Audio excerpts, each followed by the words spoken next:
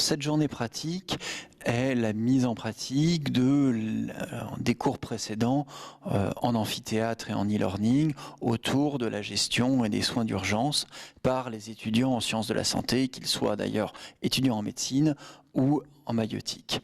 Il représente 5 ateliers avec un atelier de conclusion.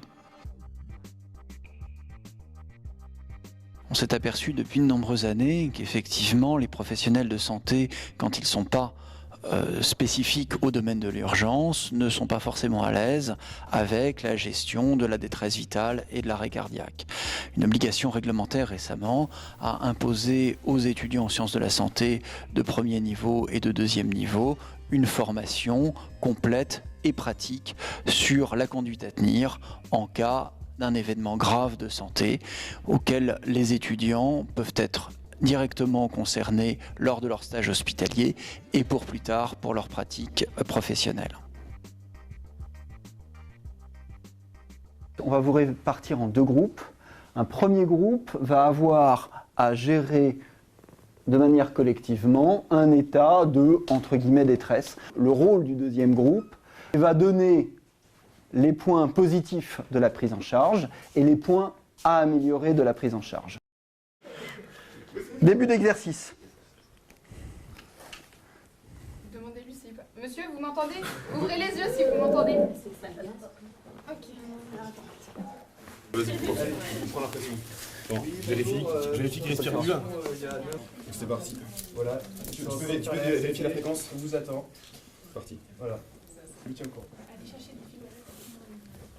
Elle va chercher le défibrillateur. Je pense que c'est mieux son numéro. Ouais. On va le mettre en PLS. Et je crois qu'il respire plus là. Ah, j'ai mal, j'ai mal, j'ai mal, j'ai mal. Vous avez mal où? Dans toute la poitrine, dans toute la poitrine. Ah, ah. Qu'est-ce que vous avez besoin? Qu'est-ce qui se passe? En fait, on a un homme qui s'est étalé en salle 2D et qui a arrêté de respirer. D'accord, donc c'est un arrêt respiratoire, vous avez le contexte?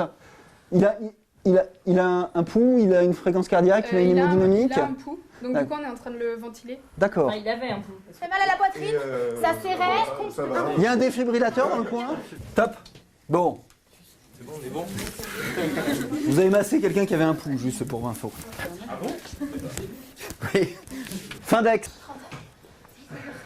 Donc, on va revoir un petit peu les points forts et les points faibles. Donc, si c'est un arrêt cardiaque, vous voyez le temps que vous avez perdu avant de commencer les compressions. Là, il prend le pouls, il y a un pouls. Ouais, moi j'étais stressé. Alors, tu te rends compte, face à un mannequin, comme on est stressé, un jour d'examen avec une caméra. T'imagines avec une vraie personne. S'il y a arrêt respiratoire, quelle est la conduite à tenir? À vous. Qu'est-ce qu'il faut faire? Chercher une cause immédiate, un corps étranger, une allergie. Là, en l'occurrence, c'est-à-dire se renseigner s'il y a quelqu'un qui connaît le contexte, l'analyse de la situation, qu'on a dit hier en secourisme, qui a manqué un petit peu ici. Ce n'est pas grave de masser quelqu'un qui a un pouls. Il est dangereux ou il est délétère de ne pas masser quelqu'un qui n'a pas de pouls. Dans le doute, on masse. En fait, c'était une crise d'asthme. Si vous m'aviez posé la question, je dirais c'est mon collègue qui est asthmatique. Et là, il a mangé quelque chose et il ne respire plus. Le bilan est très positif. Il se trouve que les étudiants ont acquis les différents objectifs, c'est-à-dire la mise en pratique des gestes et soins d'urgence dans une situation exceptionnelle, stressante et difficile. Je pense qu'ils seront à même, plus tard, s'ils sont confrontés à ce type de détresse, à pouvoir ressusciter et réanimer des patients qu'ils rencontrent soit dans leur activité hospitalière, soit dans leur activité professionnelle ultérieure.